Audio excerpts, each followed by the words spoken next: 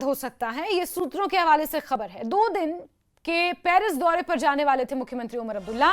23 से 25 सितंबर तक पेरिस की यात्रा की वो तैयारी कर रहे थे, लेकिन राजनीतिक विरोध के चलते वो अपने इस दौरे को रद्द कर सकते हैं।